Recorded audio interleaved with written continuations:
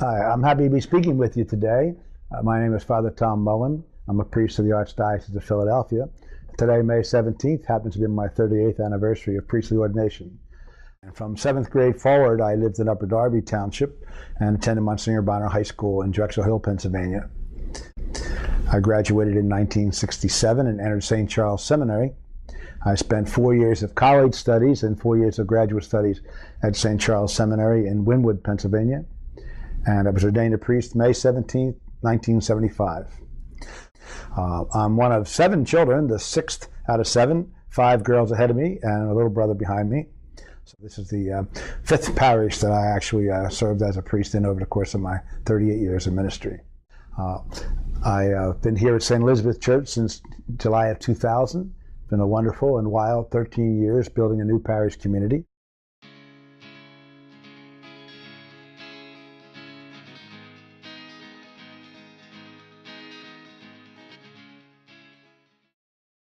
My vocation story is typical of people my age and probably very atypical of contemporary time, in that I grew up in an Irish Catholic family in a neighborhood that was very well connected to the church, and as a young child, being a priest or religious individual was given a lot of respect and credit, as much the same as going on for school or being a doctor or a lawyer or a professor or accountant. In my own family, my mother's brother is a Franciscan priest, and my mother's sister was a Franciscan sister. And my dad's great uncle was a diocesan priest in Philadelphia. So the sense of religious being a part of our family life has been a good thing. So even from my childhood days, I always say when I was 7, 8 years old, and Billy wanted to be a police officer, and Johnny wanted to be a soldier, and Michael wanted to be a professor, I thought about being a priest that early on. And I think it was nurtured in an environment where that was a healthy choice to make. Like many of the young men in Catholic school at my time, from 6th grade on, we served Mass and were kind of familiar with things around the altar. I wouldn't say that there was any particular individual priest that, I want to be like Father Joe, so much as seeing and observing what they were doing and being comfortable with it from the altar server point of view. During my high school years, I actually worked in the rectory in my home parish, answering the telephone on the door and doing my homework and things. But again, as an opportunity to see the daily life of a priest and to recognize some of the responsibilities a priest has, it became more and more familiar to me in that regard. But I think I realized that through those years, an affinity for parochial ministry. I attended a Catholic high school that was staffed by Augustinian fathers, and a number of my high school classmates did pursue a vocation with the Augustinian fathers. But I believe that by the time I got to high school, my disposition towards a parochial-based ministry was already somewhat in place in that regard.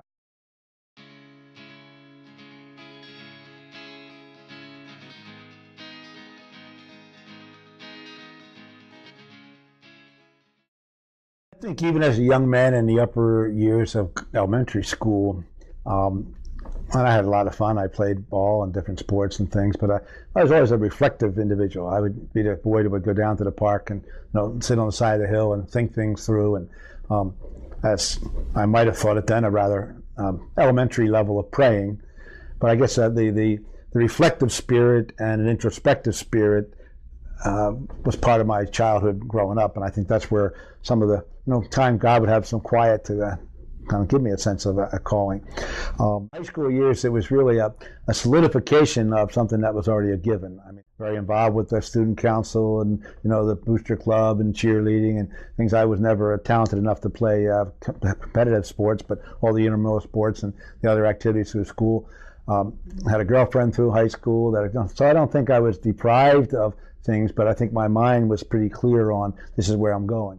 So I say that I would be more typical for my time, but less typical for the current age, because I think more and more of our candidates, seek out a more typical professional career, and then in the course of that discover that something's missing in their life, that they're looking for something more, the sense of purposefulness that kind of endures.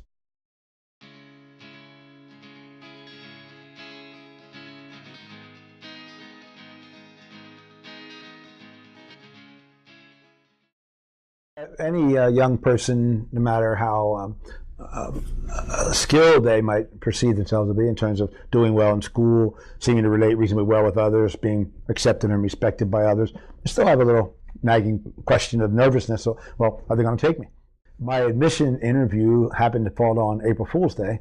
And I remember walking into the seminary office, and there was another young man there from North Philadelphia, and he was dressed to the nines with a nice fancy three-piece suit and very polished young man. I'm looking at him saying, "Oh, where's that guy coming from?" So I guess the natural uncertainty about whether or not other people would perceive me suitable for the ministry interview and things like that. And there's a nervousness that comes with how things went, but I was well received, and they took me in, so I guess that was pretty good. 4 years in seminary was a lot of time assigned for quiet and reflective prayer, but that was not something that was at odds with me.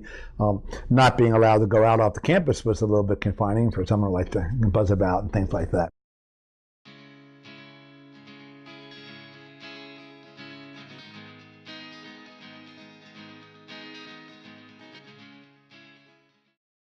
I would say that I was fortunate and blessed in this regard, that especially in hindsight, having dealt with some of the seminarians from my time on the faculty who discovered and recognized a call to ordained ministry in an environment that was not very supportive of it. I guess I assumed the support of my family and parents and didn't ever consider the opposite.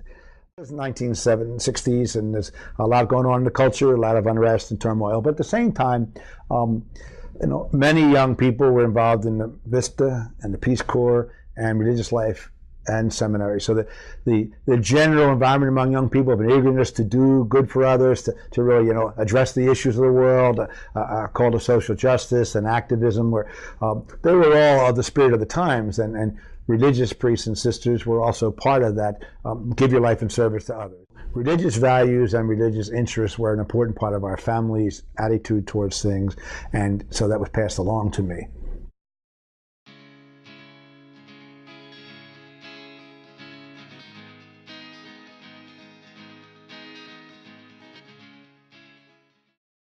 I was going out with a girl the last 2 years of high school, but I think she was also a person who was aware of my ultimate interest, and so we're not planning to get married in that sense. But the companionship and socializing and going to dances and proms and things like that. And my work on the student council was also standing at the door collecting the dollar bills from the young people coming into the dances. So there was a lot of socializing in a good sense. And I would also say, I guess there was more group socializing in terms of parties and things, and it was you weren't so readily paired off on one-on-one and exclusivity unless that was the path you chose at that time. Normal, as we perceived it to be, was a good thing. I think some of my classmates in high school, I did very well in school, and I was in honors tracks, and those gentlemen were really looking for exceptional college placements, things like that. So their attitude towards the seminary's education form may have been less than going to a fancy big league school. But I never had anyone that would have, like, why are you wasting your life being a priest? I don't think that environment was there, that was.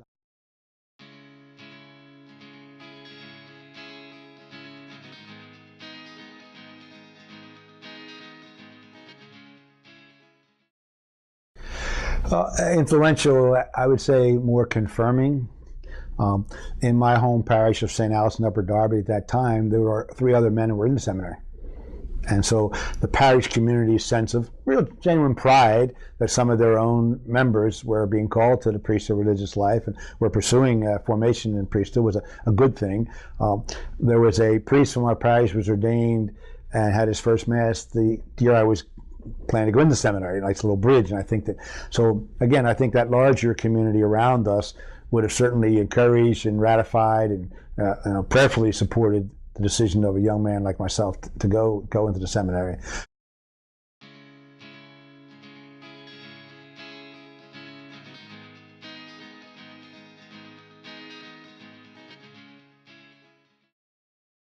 The seminary journey is a somewhat lengthy one. There were 4 years of college programming and then 4 years of graduate school on top of that. So I was in the seminary for 8 years. It was a rather lengthy time. And when I consider the person I was at 18 years old entering the seminary and beginning college, and the man I had become at 26 years old being ordained, hopefully with God's grace and a lot of support and help, the person had matured a little bit in that time fashion. During the seminary, one blessing of the formation program that I had was that every Thursday throughout the year, we were placed in a kind of an on-the-job training. I went to a parish school, I went to a mental health facility, I went to a special education school, and another parish, so that you get to both practice different dimensions of ministry and get some good critical feedback from someone on the job who knows what's going on, so that I guess there were structures in place and persons in place to what could I do with the doubts and questions. I looked, my ability to do the academic work to become a priest was not a challenge or an issue of a debate, where for some candidates it can be, very realistically. I think that the larger struggle is more of an interior spiritual one. Like when you get closer to God, you also see more clearly your own limitations and faults and sinfulness, and that can be very discouraging.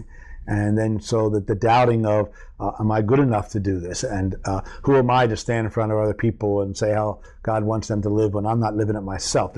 The gap between what we're preaching and how we're living can be, I think, a serious challenge. In our time period, I presume it continues, the decision to become a celibate priest in the Catholic tradition and to forego marriage and family was also a challenge. I often said that in my younger years that it wasn't missing children so much as the social companionship and excitement of becoming very important in somebody's life. I was blessed throughout those years of college and graduate school with a very good group of both male and female friends over the years that really just shape your personal growth and your human ability to deal with others.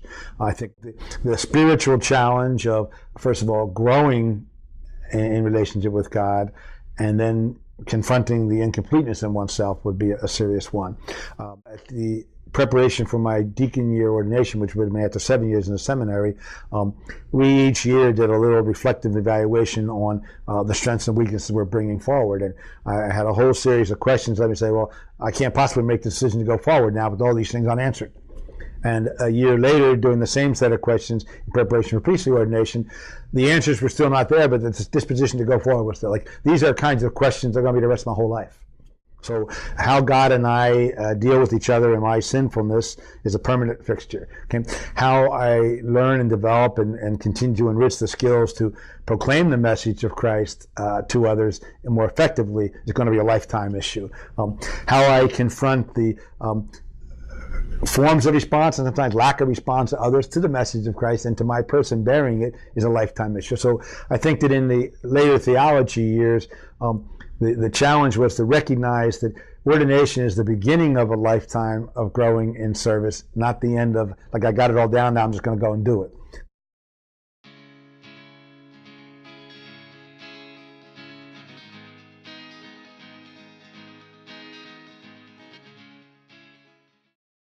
And in the course of my 8 years of formation, I learned that if I can enter people's deepest lives and help them to uncover there the mystery of God and the real purpose of their lives and the commitment that comes out of that in terms of the relationship of commitment of service to others, that the spiritual foundations of our lives that the priest gets the opportunity to address head on is much, that's the best way to help people. There are lots of other needs that people have, but particularly now as I look back, there aren't too many venues where you can touch that deeper part of heart.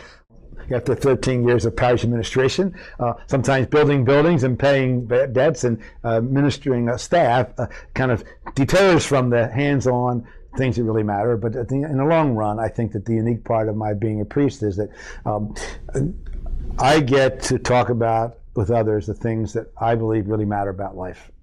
God certainly can communicate in the quiet moments of reflective prayer, but God speaks to me a great deal in the human lives and needy situations that I respond to with people, and listening to their life stories, consoling them at a tragic loss, celebrating a great joy. God is alive in a lot of the human dynamics of life that the church and the priests are a part of too, and that's really something to sustain me in that.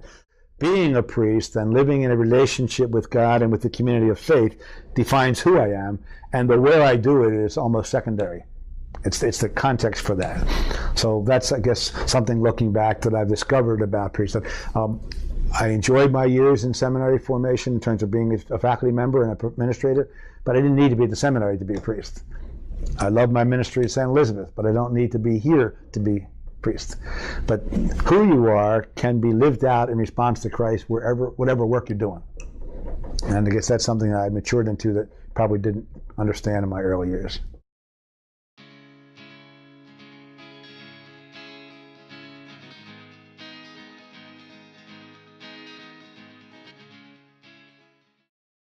One of the, I guess, long-run challenges of priesthood is that results are not measurable.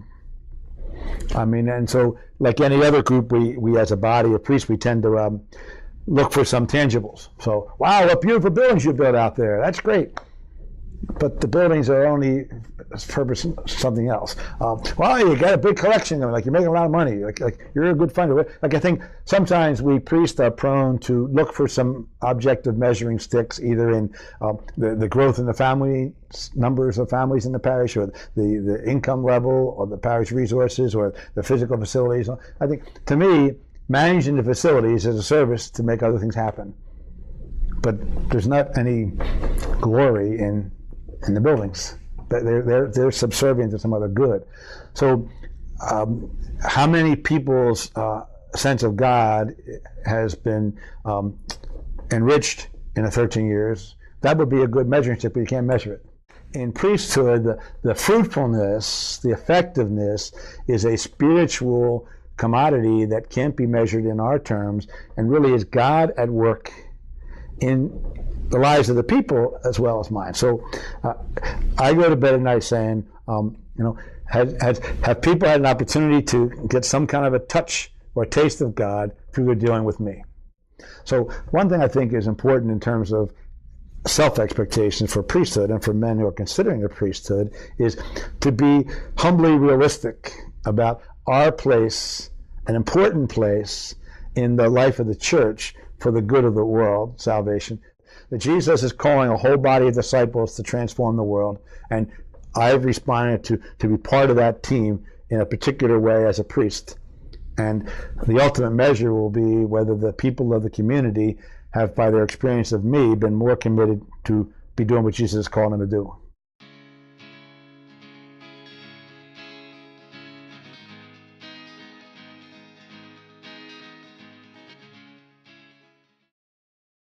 People often asked me over the course of the year, well, Father, you've been a priest for a lot of years now. In the end, is it something you would do again? And while I pause for a moment and jokingly say, if I knew then what I know now, maybe I would look a different way. But my more serious and I think more sincere response is simply this, that over the course of the 38 years in which I've been blessed to be a priest, I have been again and again overwhelmed by the enormous confidence and trust that people who don't know me personally place in me as a priest to share the struggles and joys of their lives in a very intimate way. So that I've always been blessed, as I may have said in another occasion, that my vocation to serve others as a priest is also my life. And when I go to bed at night, when I take a moment to look back on the course of the day or the week or the month, and now these 38 years, I have not discovered any other way that I would be more eager to share my life, and I feel my life has been very well spent. And I would encourage any young person who is searching for a meaningful, purposeful, generous, and effective way of living to consider following me in the priesthood.